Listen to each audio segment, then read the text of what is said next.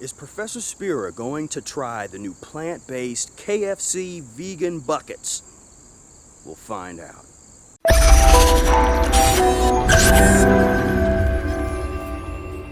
So in this video, we're going to have fun exploring the beautiful world of KFC Vegan Plant-Based Buckets. They even come in a green bucket. It's green, so it must be okay, right? Ooh, I just heard the magic words. Chicken, go on to you a big bucket, nigga, and take a bite. Black mother. Is this healthy for us? Do I have to ask that question? I'm gonna ask it. Is this food healthy? And is Professor Spira going to try it? We'll find out in a minute. Greetings, brothers and sisters. I'm Professor Spira, and I've practiced the Mucusless Diet Healing System for over 18 years. I've helped thousands and thousands of people transform their lives going down this path, this mucus-free path. And today I wanted to talk a little bit about the KFC Vegan Bucket, or the plant-based bucket, or whatever kind of bucket it is. It's green and white. Kentucky Fried Miracle. Just 5 hours after it introduced plant-based meatless chicken nuggets, they'd already sold out. Say what you will about KFC's new meatless, not made of chicken nugget, but vegan enthusiasts say it is not as far-fetched as it may seem. They lined up outside a traditional chicken restaurant looking for a vegan, not made of chicken nugget. It's the future. I think the future is going to be plant-based. Cole and other vegan enthusiasts say vegan cooking is a little bit outside of KFC's area of expertise, but they also say they saw it coming. So I'm going to answer this question. Am I going to try the KFC Vegan Bucket? Well, let me think about it for a second. Hell no, I ain't trying no KFC Vegan Bucket. Think I'm crazy? First of all, no. And second, man, KFC, ain't nothing healthy gonna be about that. Now, I remember the last time I ever had chicken from KFC, I mean, we're talking like the first couple weeks of practice in the Mucusless diet. Like, I had just started and I was, transitioning. I think I went maybe a week or two without eating any meat, and I went to KFC and I got whatever I used to eat at KFC. I would eat a bunch of crap. I think I would get like a 3-piece, probably some type of 3-piece. It was like 2 legs and a breast and the sides and whatever. I mean, I wasn't really a hardcore KFC person, but that I would eat there. I would go and deal with that chicken, with the what is it? He's like 14 herbs and spices or whatever, So I went there, I ate this chicken, and I mean, I don't know, food poisoning, whatever. I mean, mucus poisoning. That stuff had me doubled over, crying within an hour. So that is an example of when the universe takes something away from you that you don't need, because I probably would have ate there another couple times if that hadn't happened. That made me so sick, and it was like, and even eating it, I was like, man, I'm not really enjoying this. This doesn't taste that good. And then getting so sick like that, man, I was just like, just doubled over. So just that alone, there's no way I would be going back into any kind. I don't care how vegan. They can turn the whole place vegan, just be vegan KFC. I'm not going back into no KFC like that, and trying whatever processed soy chicken leg. I mean, imagine how processed and bad this stuff's gonna eliminate. There's no way that stuff will eliminate right.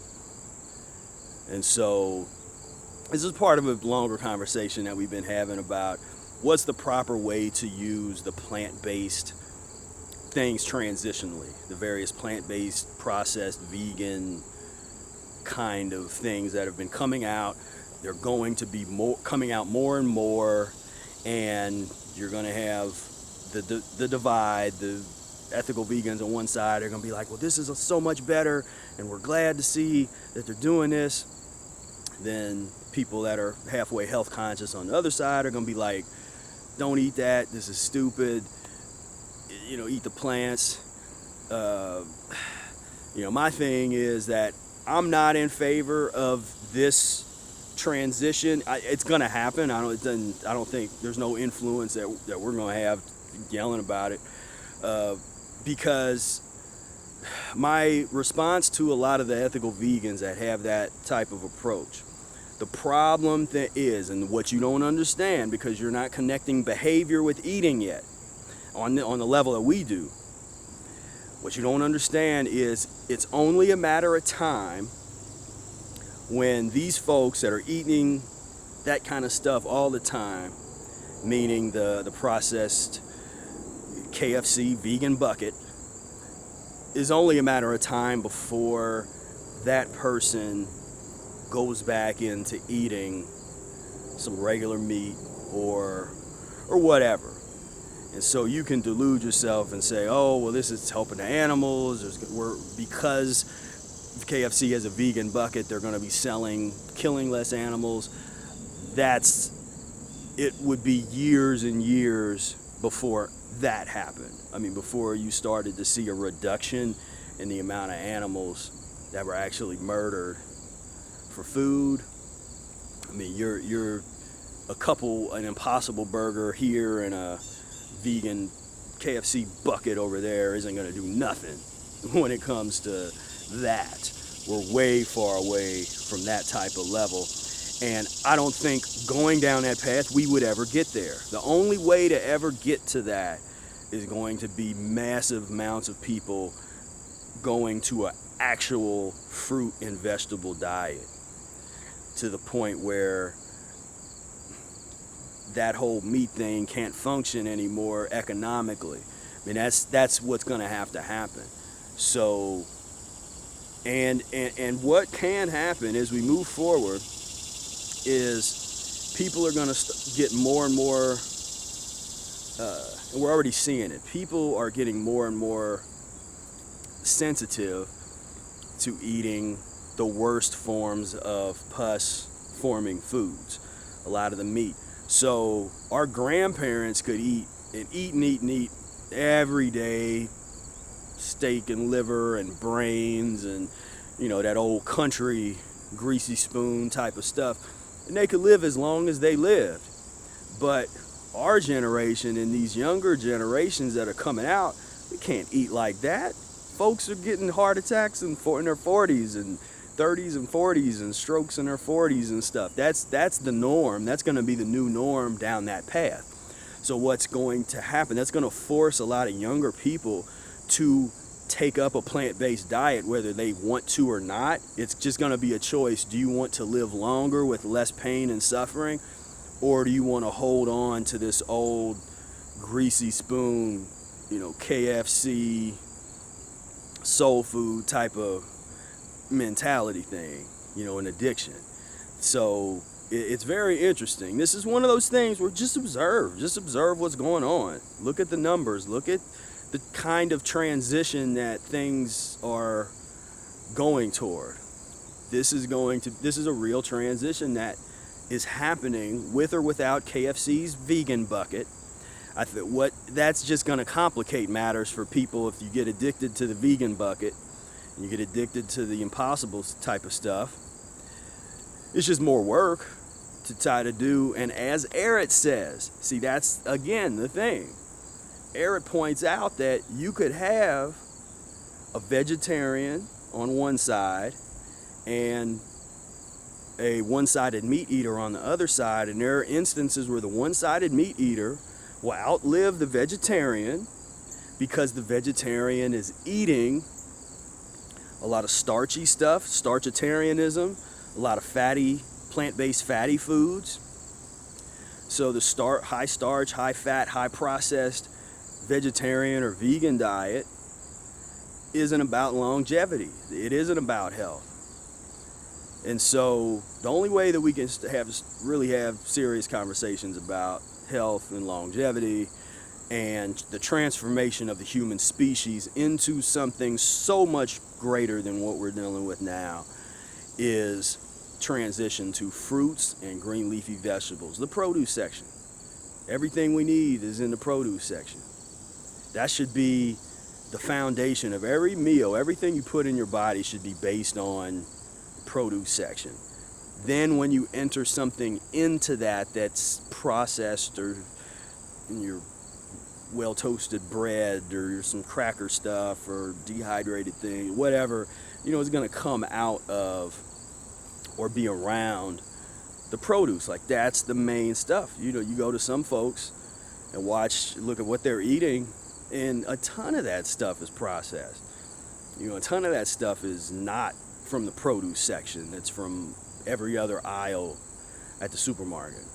And so that's the transition. That's the direction we need to go.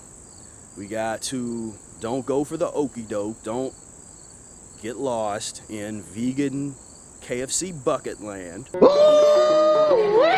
Go on order you a big bucket, nigga, and take a bite. Now, if you do something like that, or if that helps you at a certain point in your transition, cool. Because I'm not here to judge on that level. My thing is, be careful. I mean, if you find yourself, you eating it today, you're eating it tomorrow, next week, and a year or 2 years later, you're still eating that stuff, you got to do an audit, and you got to be serious with yourself, honest with yourself, and be like, okay, I'm addicted to this vegan bucket. What are we doing? With the Mucusless Diet Healing System, we have tools for you to help get off of that. So if you're craving vegan bucket, you go and have lemon juice and distilled water enema.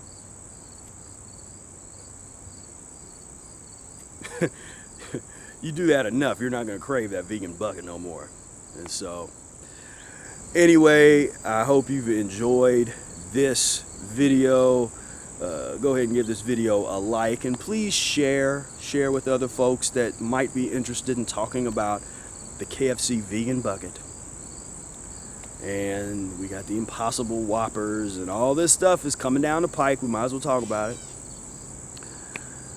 Probably have to talk about the Dunkin' Donut sausage patty. We'll get to that. So we just address this stuff because it's real. This is the real battleground where most people are going to be at.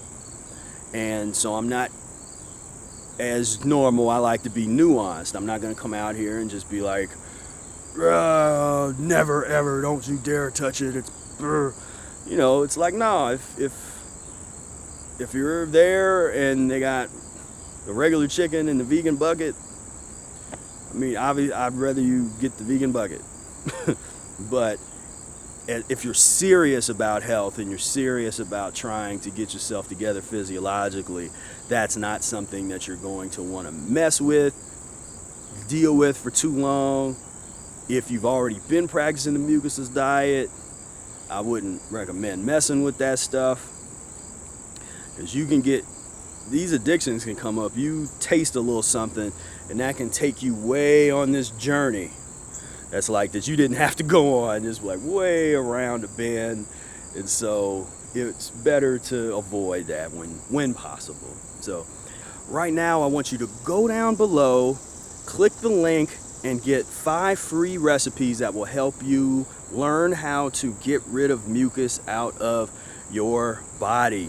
This is a magnificent time in history because you have the opportunity to transform your physiology unlike anything you've ever heard about, anything that you've seen. This is a real transformation. Getting rid of the excess pounds of waste and filth and slime out of your body. Imagine how much better you'll feel.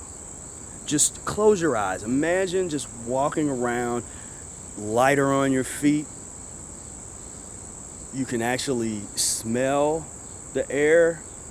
You can smell when you eat. You can taste your food. Unlike anything that you experience now. You want to get these recipes that can help start that process. Get this stuff out of your system. Go down below, click that link right now, get your free recipes, get on the path to mucus-free living. Thank you so much for tuning in, and until next time, peace, love, and breath.